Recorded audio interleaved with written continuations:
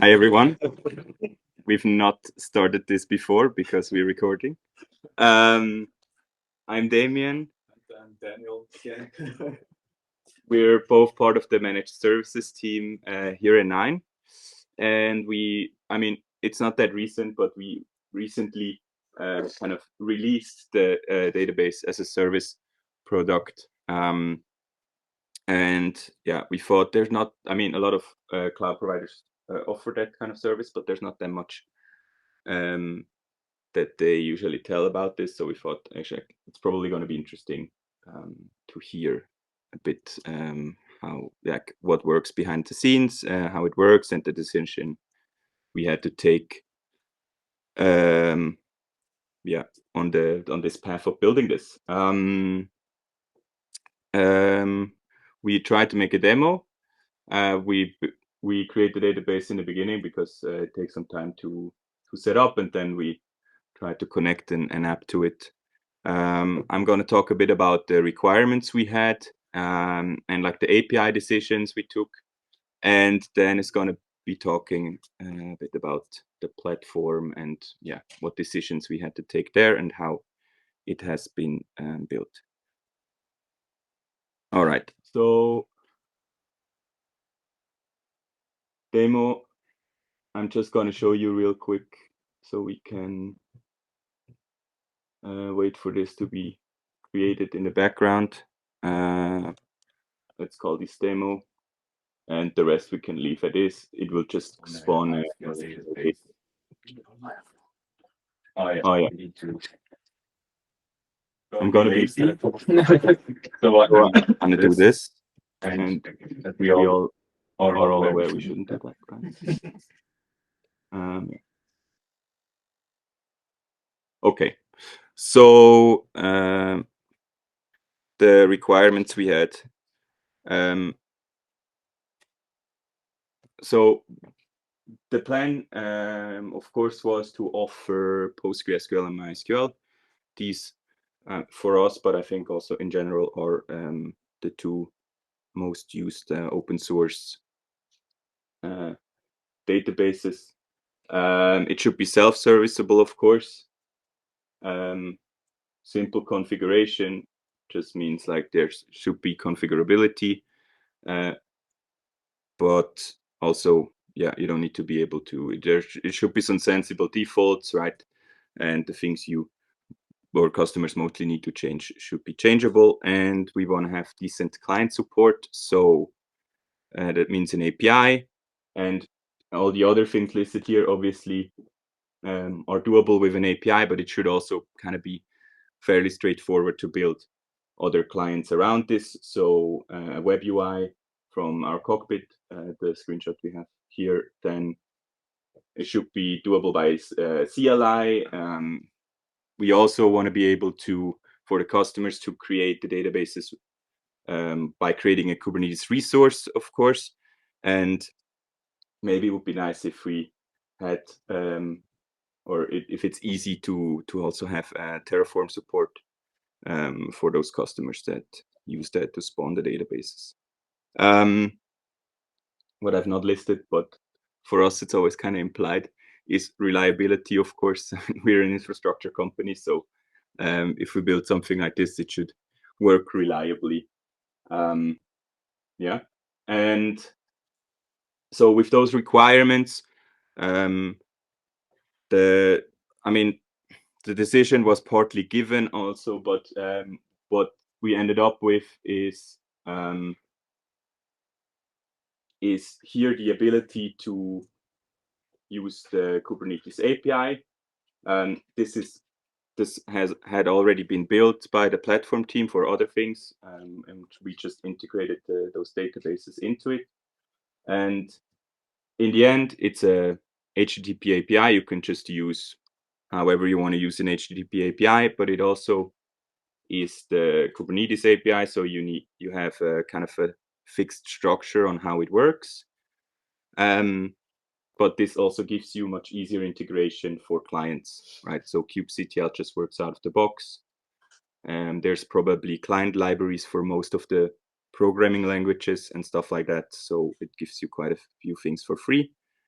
And so the next step is like, okay, how do we implement this on the API side, right? So we're not spawning the database just yet, but how do we manage all the resources that come with it, for example, right? We have, I don't know, DNS records, we have external services that need to be provisioned and stuff like that. So what comes into play here is a Kubernetes reconciler.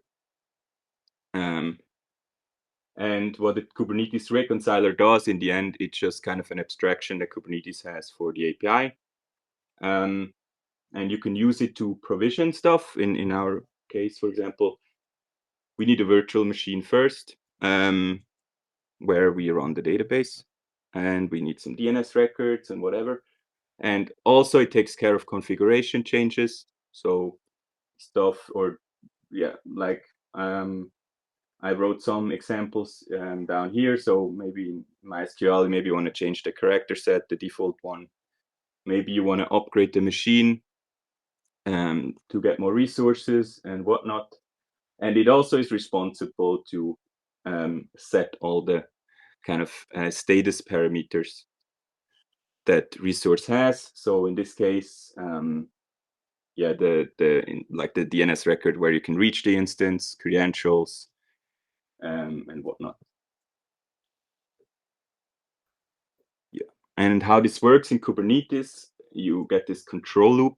So in the end, what you build is like you can have an object with a few functions, right? You have an observe function, and there you just verify, do all the resources exist? Are they up to date? And you return that. And then you have other functions like create, update, and delete that are called by Kubernetes if they're needed, right? So you have, I don't know, you create the server if it doesn't exist, you create a DNS record if it doesn't exist, you update them if something changes from the configuration, and you remove them if if the resource was deleted. And you can chain kind of those resources together. So it gives you a way for abstraction. You can reuse certain things, right? Yeah. So it creates some boilerplate, but it also gives you some stuff for free. So now we have, I don't know, we have those requirements. We have an idea how the reconciler should be built, but we still have some decisions that we need to take on, like, where do we actually run those databases, right? I think you can imagine to which decision I'm implying, but then it's going to tell you a bit more about that. Yeah. So yeah, where are we going to run these databases? So yeah, where do we come from? I think we introduced ourselves, or we didn't, probably. We both are from the managed services team, so we are managing managed services or engineering them. We are running tons of PostgreSQL and MySQL instances already as managed services. So we already have some experience on how to run databases. We already got some data on, for example, the most used settings for our clients, from our clients, and what we should probably put into the API there. And yeah, so these managed services are already there. They are highly customizable. You probably just need to send an email, though, which is not really compatible with automation, right? So they are not self-serviceable. Yeah, well, we already have a Puppet in place, right? We are using Puppet at 9 for most of our managed services. And we also have all the process in place for upgrades for our on-call stuff. So if something fails, we already have it there. Backup monitoring, and this is already, everything's there, right? We already have lots of instances. And so the decision was also, should we add something completely different that we have to manage to our team? And yeah, well, also databases, it's somewhat controversial to actually run them within containers. So yeah, you can see different discussions online when you're searching for that. Some do it, some don't. Yeah. In the end, we decided no, we are going to go with Puppet. So we are reusing our managed services, the same architecture we already have and know with all the processes we already have in place, and just combine them together. So this is what it looks like.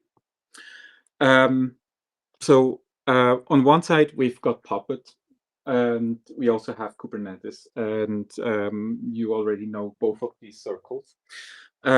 That's because Puppet and Kubernetes are quite much the same.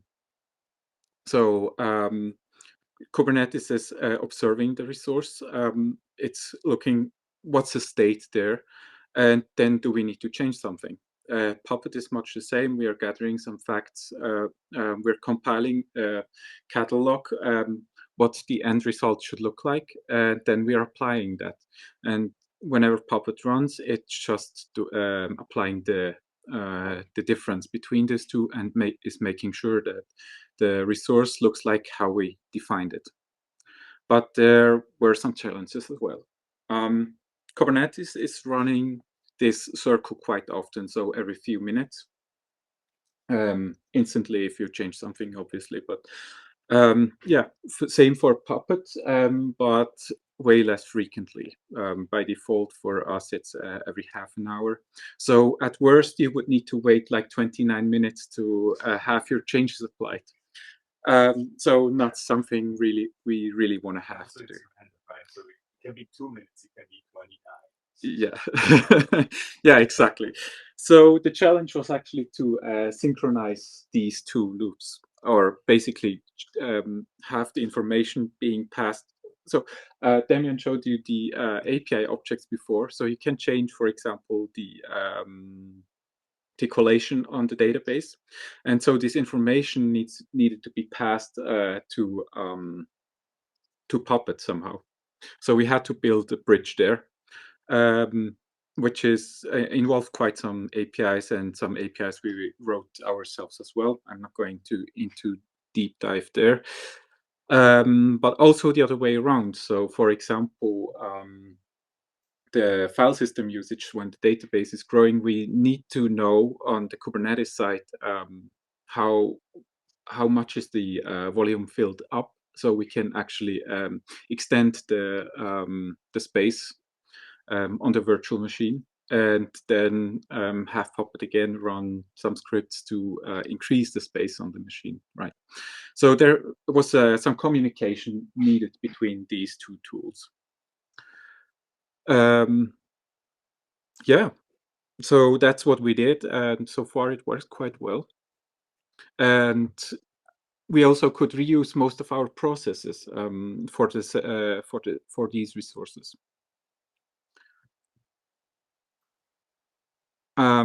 There's still some things that we need to look into. For example, upgrades. So we haven't defined that quite yet. We have some ideas, but we still need to look into how we are going to do that. Major version upgrades are the point here. But then we also have another project we are currently working on, which is Redis. Redis has some different requirements than a database. So the resource footprint is way smaller than a database. Try configuring a database with less than 250 megabytes of RAM, and you know what I'm talking about. And also the persistency requirements are way different than from a database, right? So in this case, we actually decided to run Redis natively on a Kubernetes cluster. So yeah, depends on the service, but we're going to decide where it's going to run in our architecture finally. And then, yeah, let's have a look at, oh, first, are there some questions maybe before we go back to the demo we started before? Yeah. Yeah, so I'm using your on-demand database right now. Yeah. Postgres, our application.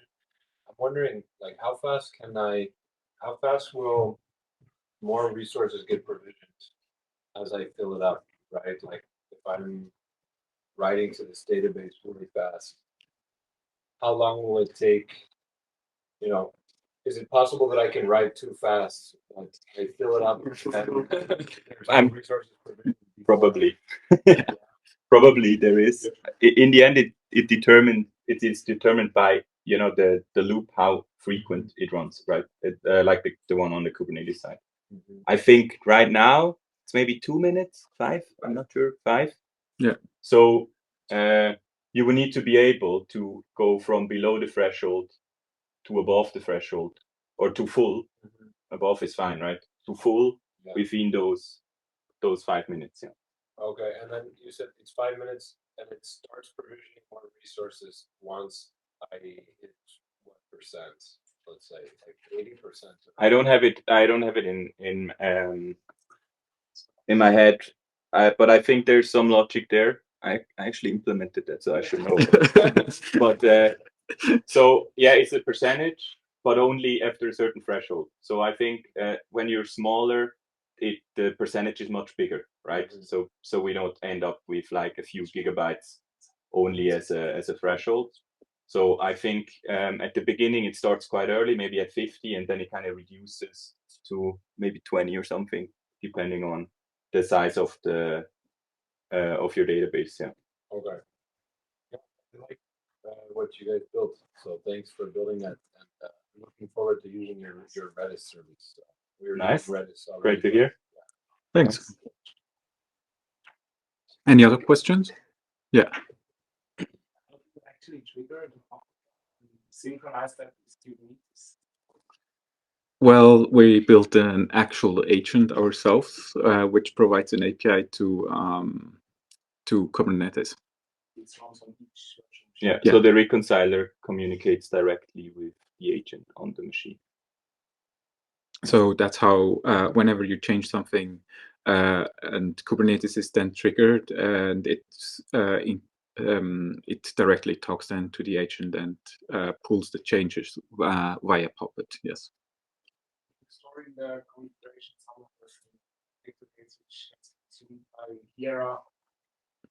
Yeah. I think there's not enough. That's the only way, as far as I'm aware, that you can like add dynamic content to Puppet. Yeah.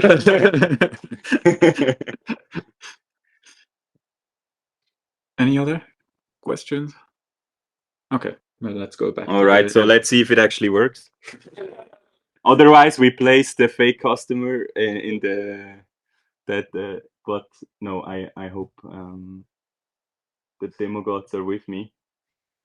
All right, so the database is oh no, this is the application. So maybe I show you that it does not work right now. Yeah, so we can connect to the database, and if I reload, oh, it's not there yet. We were too fast. So Dan and me actually were trying it this morning, and apparently we took longer. We didn't. Okay. I mean, I think it's not worth to wait. I mean, I just did, so I think it's not worth to wait for that much longer. But yeah, then